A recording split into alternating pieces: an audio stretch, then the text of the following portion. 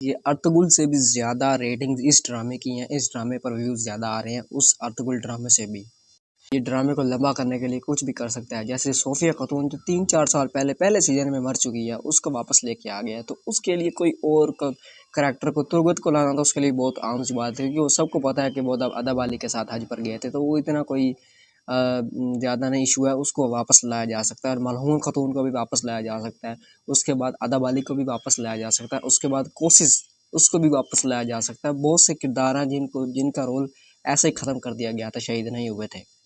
अस्सलाम वालेकुम नाज़रीन, आज की एक और नई वीडियो के साथ आप लोगों का मेरे चैनल पर एक बार फिर से खुशामदीद। तो आप लोगों ने एपिसोड नंबर 175 का ट्रेलर तो देखा ही होगा कि कुलूस उस्मान ड्रामे में एक नए मंगोल की एंट्री हो चुकी है, जो कि केहातों से भी ज़्यादा मजबूत नज़र आ रहा है। वो आते ही काय कबीले में घुस गया और फिर उस्मान साहब के खेमे में जाकर सब कुछ तबाह कर दिया।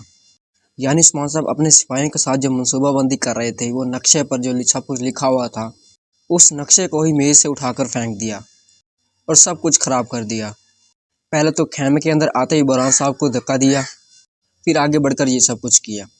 तो जितने भी कुलूस उस्मान सीजन में ड्रामे में मंगोल आए, तो सारे इसी तरीके से आए। वो आते ही कोई ना कोई बदतमीजी करते हैं, तो सबको मतलब एक ही इंट्रो दिया जाता है कि आपने आते ही ये काम करना है।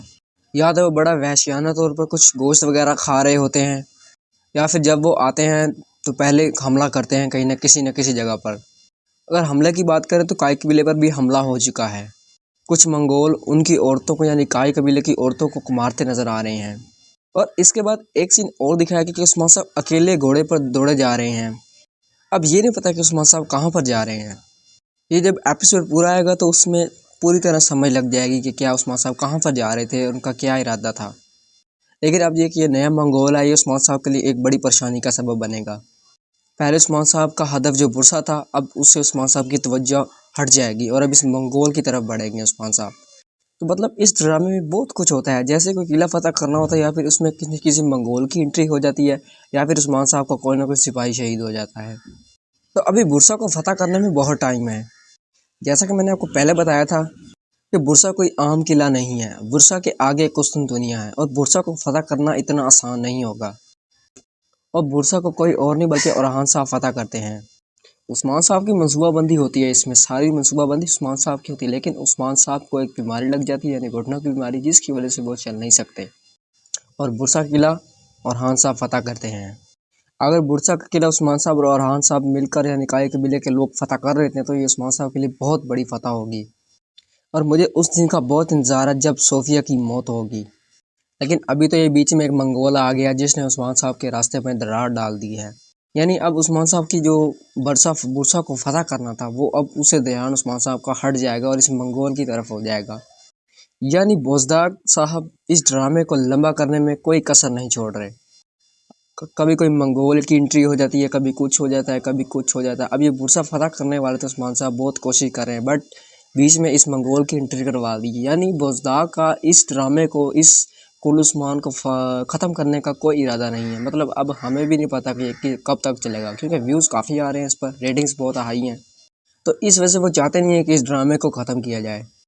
और जब मैंने आपको बता रहा हूँ कि जब बुरसा फतह होगा, उस्मान साहब की डेथ हो जाएगी और ये इतनी जल्दी नहीं होगा कि अगर उस्मान साहब अगर उस्मान साहब की नेचुरल डेथ हो गई, अगर उस्मान साहब मर गए, तो ये ड्रामा नहीं चलेगा, इसकी रेटिंग बहुत डाउन हो जाएगी, चाहे ओरहान साहब सरदार के तौर पर क्यों ना हो।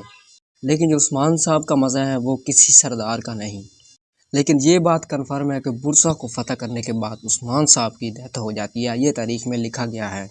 और इसलिए ये महमद बुज़दार बुरसा को फतह करवाने में बहुत लेट कर रहा है, ड्रामे को लंबा करता जा रहा है और इस सीज़न 6 को भी लंबा करता जा रहा है।